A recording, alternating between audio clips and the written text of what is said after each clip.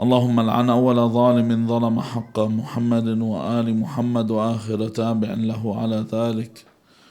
اللهم لعن العصابة التي جاهدت الحسين وشايعت وبايعت وتابعت على قتله. اللهم لعنهم جميعا. ثم الصلاة والسلام على خير خلق الله أجمعين محمد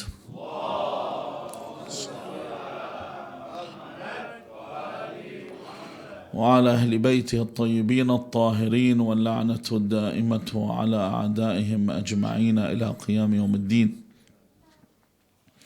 We left off last night with the discussion about those that try and achieve success in this world and prosperity and to attain victory regardless of how it's attained. And we use the narration عن أمير المؤمنين علي ibn Abi Talib عليه السلام, where he mentions والله ما معاوية بأدهى مني, that Muawiyah is not more cleverer than I am. But then he says ولكنه يغدر ويفجر, but however Muawiyah employs deception,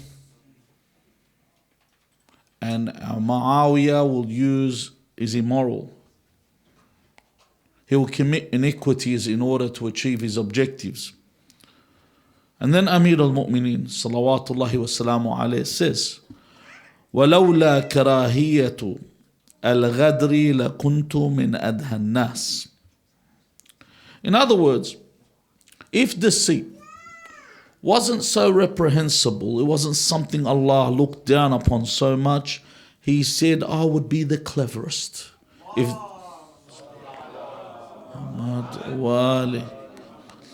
That I would be the cleverest individual, because then the scale of being cunning would be something that is acceptable. Then he says, وَلَكِنْ كُلُّ غدرة فجر, that every غدرة or غدرة is a fajr. Every deceit is a sin. So when you deceive, in any case, it's a sin.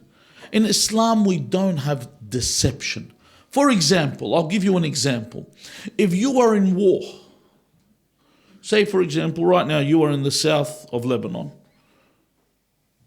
and someone entered from the Zionist army and just entered, and you knew 100% he walked in by accident, he was lost. This is Islamic law. You cannot take him you can't capture him. You have to return him to his camp. To that extent, if that is the case, but usually they know where they're going when they enter. But if that is the case, and you are certain this is the case, you have to return them. So there's no way you can use deception. We don't have deception in Islam. When Muslim ibn Aqil was told by Hani ibn Urwa that Ubaidullah is coming to my house tonight, and you can remain and hide in my house, and when he enters, when he is not unaware, you can come and kill him. And if you kill Ubaidullah ibn Ziyad, that's the end of it. Muslim refused to do this because he said, Al-Mu'min la yaghdur. The believer does not deceive. If you deceive, this is a sin. And then he says, وَقُلِّ فُجْرَةٍ what? Kafra. That every deceit is a sin. And every sin is what? Kafra, it's a disobedience of Allah. So to sin, you are disobeying Allah. And then the Imam says, وَلِكُلِّ غَادِرٍ لِوَاءٌ يُعْرَفْ بِهِ يَوْمَ الْقِيَامَةِ. Everyone that deceives will be known by a standard. A sign will show that this person was someone that was deceitful on the Day of Judgment. They'll be recognized by this. It will be a system to recognize them, that this person ghaddar, this person deceives people. And then the Imam finishes off, and this is our discussion. He says, Wallah, ما أستغفل بالمكيدة ولا أستغمز بالشديدة. I will not become forgetful, he says. Astaghfiru. With what? By using strategy. When I use a strategy, I will not become forgetful in Allah.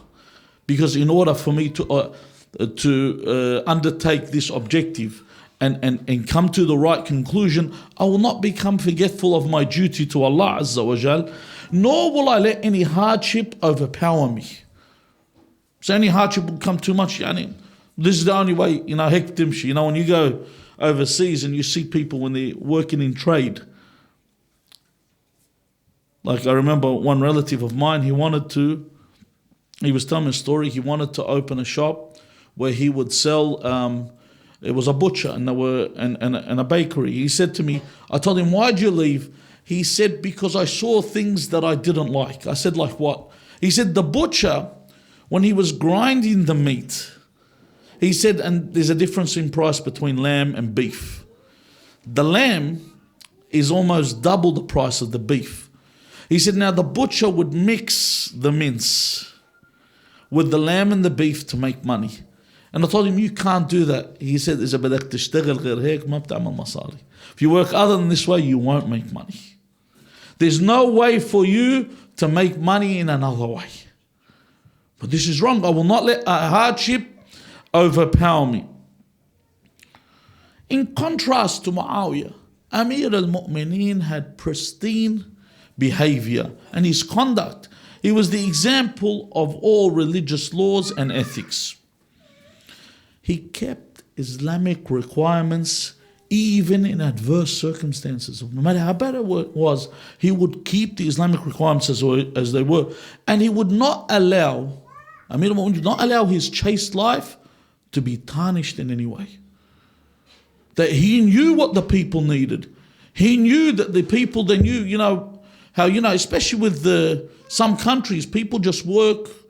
You go to some countries and you actually see when they have a tyrant there, when the tyrant is removed, you go, oh, no wonder they had the tyrant there, because they don't work, these people, except by the stick. That if I put a tyrant there, this is the only way I get these people to move. But Amir al-Mu'mineen would not allow this to make him tarnish his religion by using deception. And you could see this example many a time.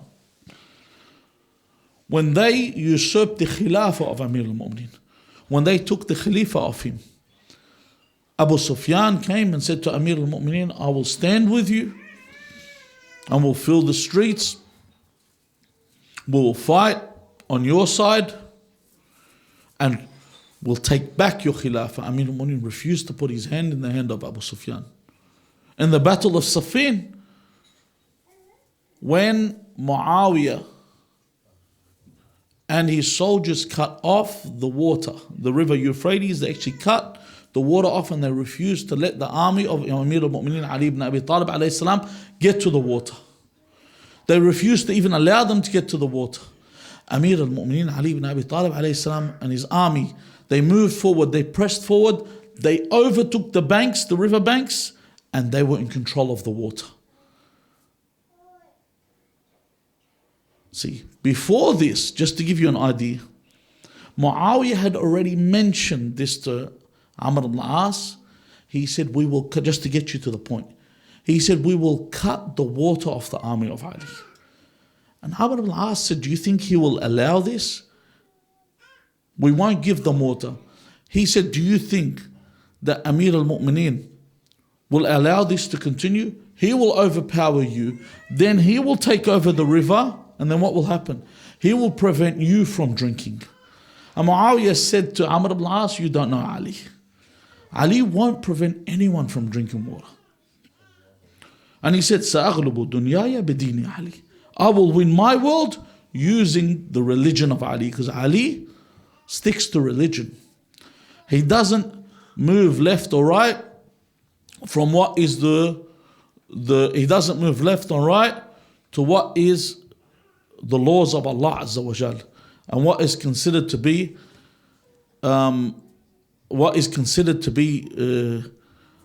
put him, sallallahu ala Muhammad wa ali Muhammad. Yeah. He doesn't allow himself to deploy the same tactics as Muawiyah.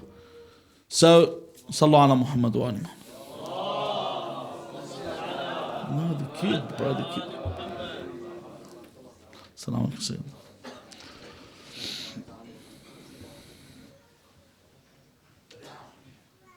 So by the time that Muawiyah had cut off the water, Amir al-Mu'mineen had overpowered him, and then he allowed the soldiers of Muawiyah to still come to the water.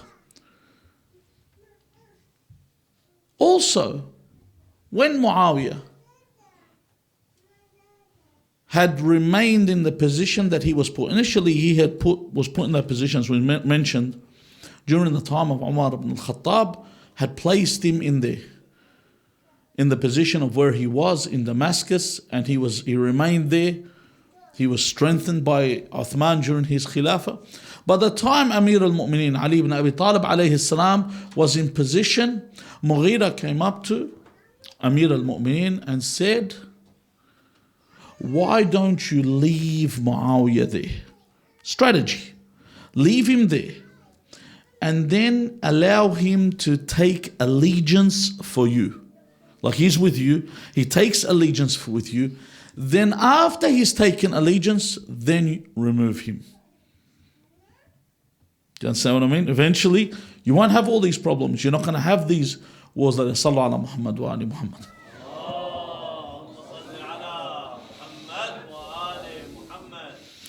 So then he said to him, O Mughira, do you guarantee me that I will live? This was his thing. Do you guarantee that I will live from the moment that I place him until the moment I remove him? Look how specific the Imam is. He says, and I do not want to be asked by Allah, brought to account by Allah, for the affairs of the Muslims on a dark night while this man rules. That if I allow him even to be there and I give him permission, the oppression that he will commit while I'm there. And Allah Azza wa Jal, He mentions the verse in the Quran, وَمَا كُنْتُ مُتَّخِذًا الْمُضِلِّينَ عَضُدًا, that I do not take those that are astray as aids. I would not put them in a position. We have this philosophy. A lot of these Islamic political parties have this. They say, كَلْبِ عَوِّ مَعَكُمْ مَيْعَوِّ عَلَيْكَ. I don't know if you've heard that before. They say, let a dog bark with you and not against you. This is un-Islamic. This is not an Islamic policy. This is deception. When you put someone as an aid for you and you know this person is corrupt and you know this person is deceptive in order for you to achieve an objective. Because if Allah Azza wa Jal wanted to achieve an Islamic government that governs the entire universe, Allah could have done this. He did not need your assistance. He did not need mine. So what I need to do, it's all about how I get to my objective. You know, people sometimes, they want to get rich. So they come up with these get rich quick schemes. And they were willing to cut corners. Sometimes you'll see someone, they'll tell you, look, I'm going to work. It doesn't matter how the money comes in.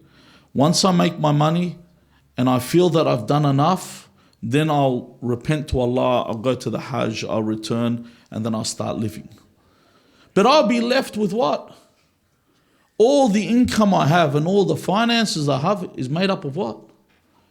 Made up of unlawful means. If Allah Azza wa Jal wanted me to be prosperous, He would have made me prosperous regardless of this way of acquiring this kind of wealth. And in fact, when they see someone that is successful, they don't care how this person has attained their success. They'll say, Wallah hada shatir, this person's clever. This person's an intelligent administrator. This person's a businessman. This person has foresight. This person's hakim. This is what they'll talk about anyone with a great amount of money. Take, for example, today they announced that Frank Lowy is returning to Israel. Why? He's 88 years old, he wants to retire. He's 88 years old, so he said, this is where I belong, I want to retire. And they talk about him as a success story. If you take a look at the past of this man was living in Hungary during World War II. And they say he's a Holocaust survivor. This is what they say, that this person avoided the attempted extermination of Hitler, of the Jews. And then they say he went as a refugee to where? You've got to read the article. The hypocrisy, the stench of hypocrisy in this article is unbelievable. That he went as a refugee to Palestine. Just to let you know who Frank Lowy is one of the originators of the Ergon. You've heard of the Ergon and the Haganah. These are the first terrorist organizations that existed, that they achieved what they could through what? Through terror. The first terrorist operation they called the King David Hotel bombing up till now, where they killed British citizens. But no one really cares about it because it was done by Red Sea pedestrians, so it's okay. What happened then is this guy was involved in killing people, and as they put it, in the War of Independence. War of Independence of what? In the occupation of Palestine. He was involved in this, and eventually he came to Australia and he made Westfields, and this is how he became so rich and he got his $9 billion fortune from. Yet they look at him as what? A success story. This is what they perceive him as, someone that is successful. Why? Because he's got money. It doesn't matter how he procured this money. It doesn't matter how he acquired this money. It's as long as he eventually had the money. However, it doesn't carry that same weight in the hereafter. In the hereafter, it's how you achieve things. In fact, sometimes you may be working towards something. Allah Azza wa Jal ruins the results. He doesn't want this to happen, he tries you. For example, we had Sayyid Abu Ja'far, Allah yahfadhu wa dhukru bil khair, during the nights, he said, please do supplication for the new venue we have. Maybe Allah Azza wa Jal doesn't want this venue to be achieved. We know this, we take this into consideration. But our job is to do what's required to have this new venue. Allah Azza wa Jal sometimes does not allow the results. And when Amir al-Mu'mineen Ali ibn Abi Talib alayhi salam was asked, how did you know your Lord? He said, I knew my Lord بفسخ العزائم. And another sentence, he says, فسخ العزائم. He says, وحل العقود ونقض الهمم. And all these three are very similar. But فسخ العزائم means sometimes I have a determination to do something. That I'm planning something, Allah Azza wa Jal prevents it from taking place. It just doesn't happen. Just something simple. For example, we're planning a picnic tomorrow. We're on our way to the picnic and then there's thunderstorms and heavy rains, everyone just goes home. And what I had planned does not happen. This is something very basic. Sometimes this talks about hal al-uqud. Hal al-uqud here is sometimes you could be in a bit of a pickle. You could have a very dire situation and Allah Azza wa Jal just makes it, He loosens it as if it wasn't there from the beginning. So anytime I wanted to undertake anything, there was an external force. An external force that would prevent something from happening. And sometimes you want to achieve something and you see all the doors are closed. There's no opening, every door. And then Allah Azza wa Jal makes an opening. You don't know where it came from. How it happened, it just happened. The other thing is, when Allah makes that opening, He also makes you feel like you could have did it yourself, so that you can forget it was Allah that did it. Check if your faith is strong enough to hold on to. Allah Azza wa Jal allows you in this world to see that the results are in His hand. The onus on you is to do what? To do the right thing in order to achieve these results. Whether these results come into your hand is in His hands. It's not about your cleverness. I mentioned on one of the earlier nights, this is why you'll find a lot of these very wealthy people don't have a great intelligence. Allah shows you that their sustenance is from Allah. Because let's see, in a real world, let's say in a world where Allah Azza wa Jal did not interfere, allowed things to work by law, half the billionaires that exist would actually die of starvation. Could they would be too stupid in order for them to find something to eat or to work a way to achieve some kind of sustenance. They wouldn't be able to. You see some of the things that they say. And I don't want to go through the examples I used on the first night, and it suffices that you remember them. But they wouldn't be able to sustain themselves.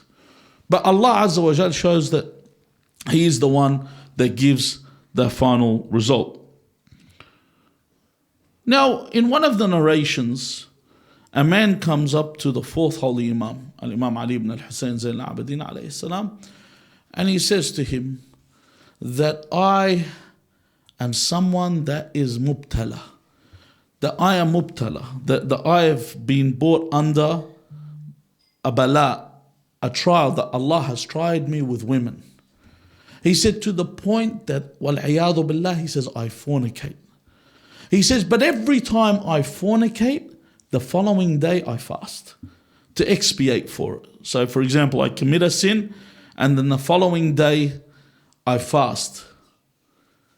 Is this sufficient? And then the Imam mentions to him in the narration, he says, there is nothing more beloved to Allah than for you to obey Him without disobeying Him. For you to obey Allah without disobeying Him. He said, so don't commit adultery and don't fast. There's no need for you to do either.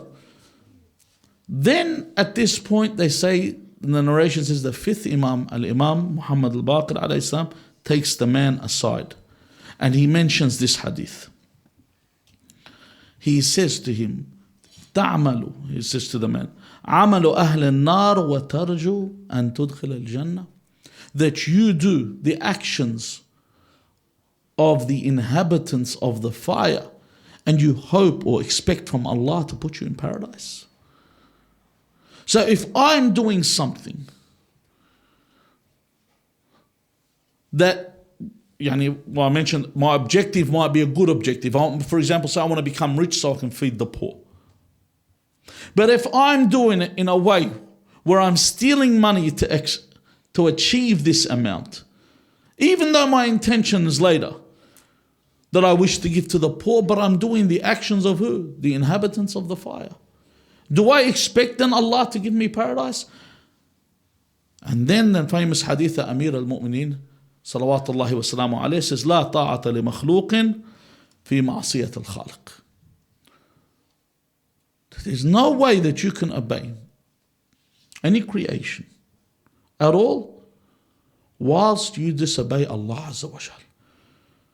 In fact, abstaining from sin is more important than what? Than doing any recommended action. To abstain from sin is more important. It's much more important than all this. It's all about the means. It's all about the way that I go about achieving something. Because I need to have faith that Allah Azza wa Jal is the one that will provide me at the end with the correct result. وَمَنْ يَتَّقِ اللَّهِ يَجْعَلْ لَهُ مَخْرَجًا وَيَرْزُقْهُ مِنْ حَيْثُ لَا يَحْتَسِبُ. Whoever is wary of Allah Azza wa Jal, guards himself from evil because of his wariness of Allah Azza wa Jal, Allah will give him a way out. Allah will provide him with an outlet. And Allah will sustain him from where he does not know. And whoever relies upon Allah, the verse continues to say, then Allah is sufficient to you. You don't need to rely on anyone else. If you rely on Allah Azza wa Jal, it suffices you. I don't need to rely on Allah Azza wa Jal and then His angels. It suffices me to rely on Allah Azza wa Jal. It's sufficient. And Allah is the one that will give you the correct result. So hence, the means is more important than the objective or the end. It's far more important. Because you need to only worry about what's in your hand and what you have control over, which is what? The way to go. And this is why when we ask Allah Azza wa Jal to guide us upon the righteous path, this is where it's in our control. The final result is in Allah Azza wa Jal's control. He's the one that will grant you what you are needed from what you decide to do. Whether I take, for example, if I become an architect, and there's another person that becomes an architect, one of us may be prosperous and successful financially, one may not be. Allah Azza wa Jal is the one that gives you that final result. Your job is to work. You work in order to get an income. Whether you become successful or not is in Allah's hands. It's not in yours. So being deceptive, being cunning, being sly is not cleverness. It's deception. It's cunning. And it's being sly. And as I mentioned, the narration, وَلِكُلِّ غَادِرٍ لِوَاءٌ يُعْرَفْ بِهِ يَوْمَ الْقِيَامَةِ. Everyone that deceives and everyone that is cunning in any way will be known by a standard or a banner on the day of judgment. They'll be recognizable by people. We ask Allah Azza wa Jal to make us of those that achieve our objectives in the righteous way. And our main objective is salvation from the fire of hell. We ask Allah Azza wa Jal to save us from the fire of hell in these final nights of Shahr Ramadan al-Mubarak. Walhamdulillah Rabbil Alameen. Wa sallallahu ala Muhammad wa alihi at-tayyibin at-tahirin.